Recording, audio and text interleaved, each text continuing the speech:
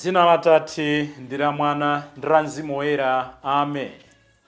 Ndikukutumani ngati ana nkhosa pakati pa mimbulu. Mukhale ochenjera ngati njoka, ofatsa ngati nkhunda. Lero Ambuye Yesu pa 11 July chaka cha 2025 pamene tikukondwereranso Benedict the Abbot akufuna kuti moyo wathu uzitha kupanga balance, kuti nthawi yoyenera kuchita ndi kusachita nditi, nthawi yoyenera kuyankhula ndi kukhala chete nditi. Mawu oyamba akuchokera m'buku la Genesis mutu wa 46 ndi 1 kulekeza 7 kudzawerenganso 28 kulekeza 30. Yosefe akumana ndi bambo wake Jacob ku Gosheni. Mudamvapo za Gosheni? Amene akutiwerengera mawu oyamba ndi a Severiano Kanama kuchokera ku Our Lady of Fatima Primity Parish mu Diocese ya Zomba. Salimo yathu, Salimo namba 37, ikuti chipulumutso cha anthu abwino chimachokera kwa chauta. Chithandizo changa chimachokera kwa inu Ambuye. I love Psalms. Masalimo ndi abwino. Ukavutika, ukalira, ukakondwa, imbani masalimo. Pajatu amatero mkalata ya Yakobe. Kodi wina wakondwa aimbe nyimbo zotamanda Ambuye. Kodi wina akudwala aitanitsa nsembe. Ndipo mawu athu amuthenga pabwino ndi monga adalembera Mateyo Oyera mutu wa 10 ndi 16 kulekeza 23. Amene akutiwerengera mawu amthenga wabwino komanso kutigawira mawu ndi Reverend Father Francis Damaseke kuchokera ku St. Peter and Paul na Tenje Parish mu Archdiocese ya Lilongwe. Tiyeniso tisinkhesinkhe limodzi. Mawu oyamba. Mawu a m'buku la Genesis.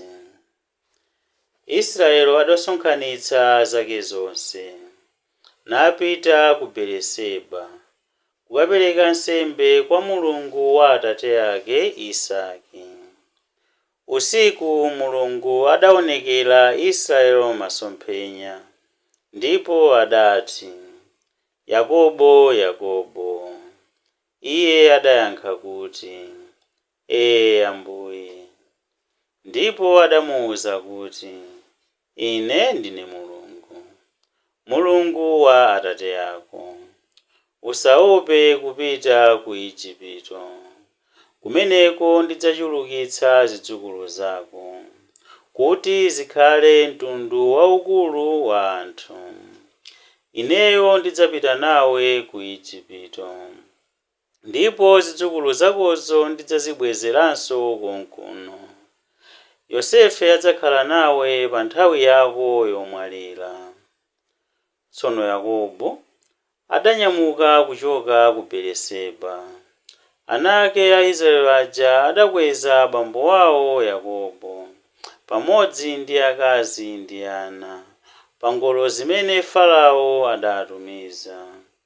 Adatenga zoweta zawo zonse pamodzi ndi zinthu zonse zimene anali nazo ku Kanaani, ndipo adapita ku Igupto. Yakobo adatenga zidzukulu zake zonse, ndiye kuti ana ndi adzukulu ake aamuna, ndiponso ana ndi adzukulu ake aakazi. Onsewo adapita nawo ku Igupto. Israeli adatuma Yuda kuti atsogole kupita kwa Yosefe kukampempha kuti akamchingamire ku dziko la Goseni. Yakobo atafika ku dziko la Goseni, Yosefe adayitanitsa galeta lake napita ku Goseni kukakumana ndi Israeli bambo ake. Atangofika pamaso pake adamkumbatira mkhosi nalira nthawi yayitali ndithu osalekerapo. Israeli adawuza Yosefe kuti, tsopano ndimwalire popeza kuti ndakuona ndipo ndikudziwadi kuti uli moyo. Mawu a Ambuye. Tithokoze Mulungu. Ambuye akhale nanu.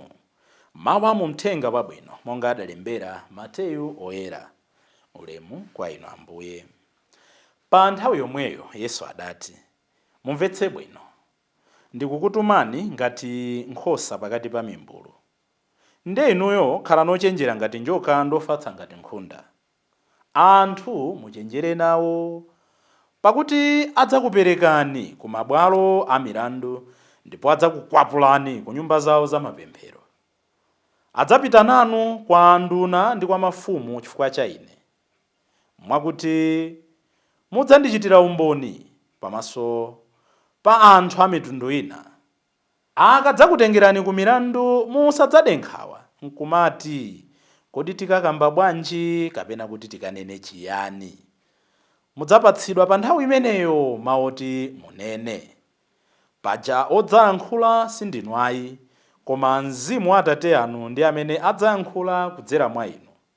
M'bale azidzapereka m'bale wake kuti aphedwe, bambo azidzapereka mwana wake, ana adzawukira makolo awo mpaka kuaphetsa. Anthu onse adzadana nanu chifukwa cha Ine, koma yemwe adzalimbikire mpaka potsiriza, ameneyo ndi amene adzapulumuke. Tsono akamadza kuzunzani ku mudzi wakuti mukathawire ku mudzi wina. Ndithu ndikunenetsa kuti musanathe kuyendera midzi yonse ya Israeli, Mwana wa Munthu adzakhala atabwera. Mthenga wa Ambuye. Ulemu kwa inu Ambuye Yesu Khristu.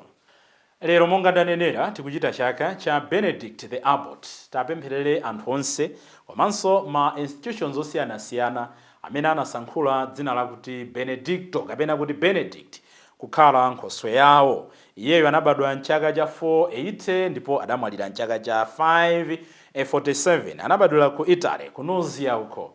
Ndipo akuti atayamba maphunziro yake anali wanzeru kwambiri, koma ali mkatikati mwa maphunziro adaona kuti china chake chikuperewera mmoyo mwake.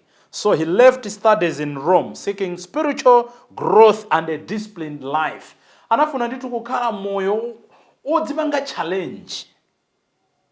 Ndi chitsanzo kwa achinyamata. Sinena kuti musiye sukulu ayi, koma ndi chitsanzo chonena kuti tizisakasaka zinthu zimene zili zabwino mmoyo mwathu. Kodi chabwino chipose kukhala pamaso pa Ambuye? Salimo namba 84.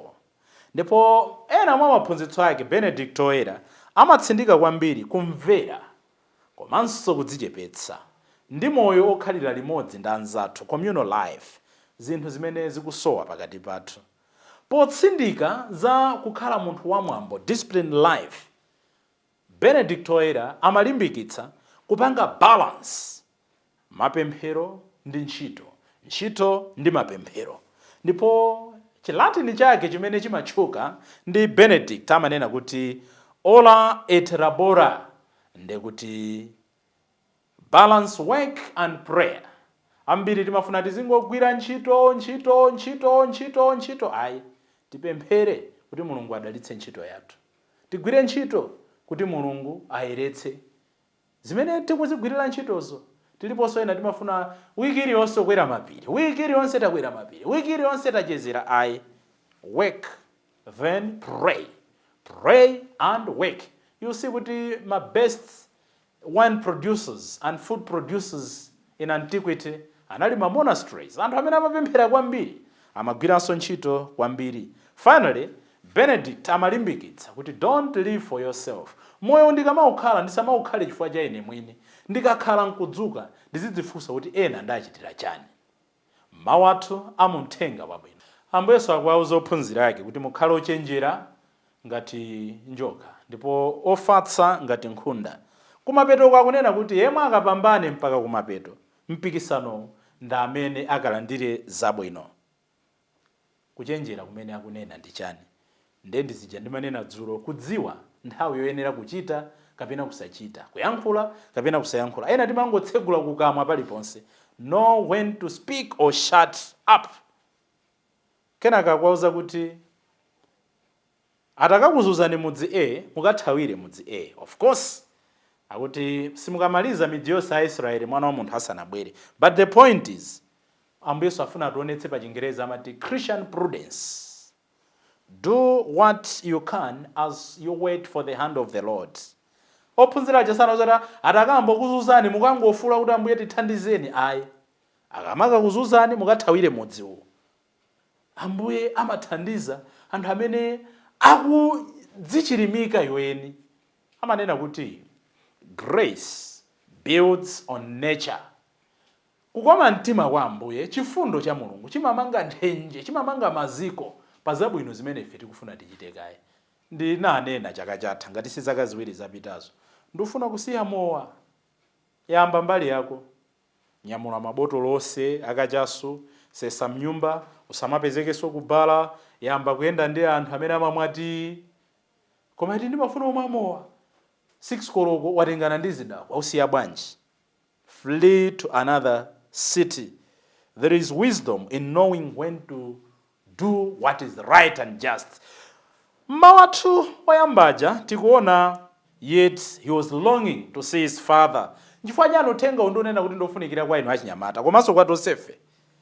Never let success corrupt your mind to neglect your family, to neglect your siblings, to neglect your blood.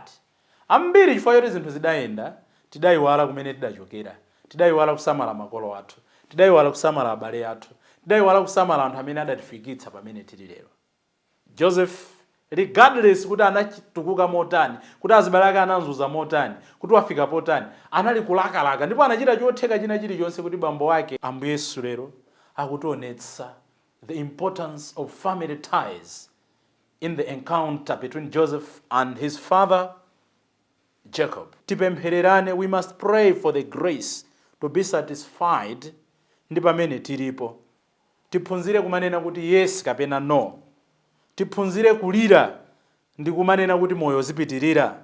Ndonena izi chifukwa chachani? Jacob is not afraid to die. He is feeling satisfied. Ndonena kuti tiphunzire anthu fe kuti chinthu zina zake zikachitika, tiphunzire nena kuti izi zandikwana, izi ayi, izi zisathe kupitirira, izi zithe kupitirira. Ambiri sitidzionena kuti no, tiyeni kwakuti yes, tiyeni chakuti yes, ayi. Learn to say no. Learn to challenge politely. Tipemphererane wina ndi nzake monga akutiuzira Benedict the Abbot kunena kuti tiphunzire kukhala moyo balansa. Ntchito ndi pemphero, pemphero ndi ntchito. Koma koposaposa akuti tikhale ndi mtima, tikhale ndi moyo umene uli ndi discipline. Ambiri discipline ikutichepera. Kagwira ndalama aliyense amadziwa kuti tili ndi ndalama. Tikakhalanso m'maluzi aliyense amadziwa kuti tili m'maluzi. Inu Benedict the Abbot tipempherereni. Dzina la Atate ndi la Mwana ndi la Mzimu Woyera. Amen.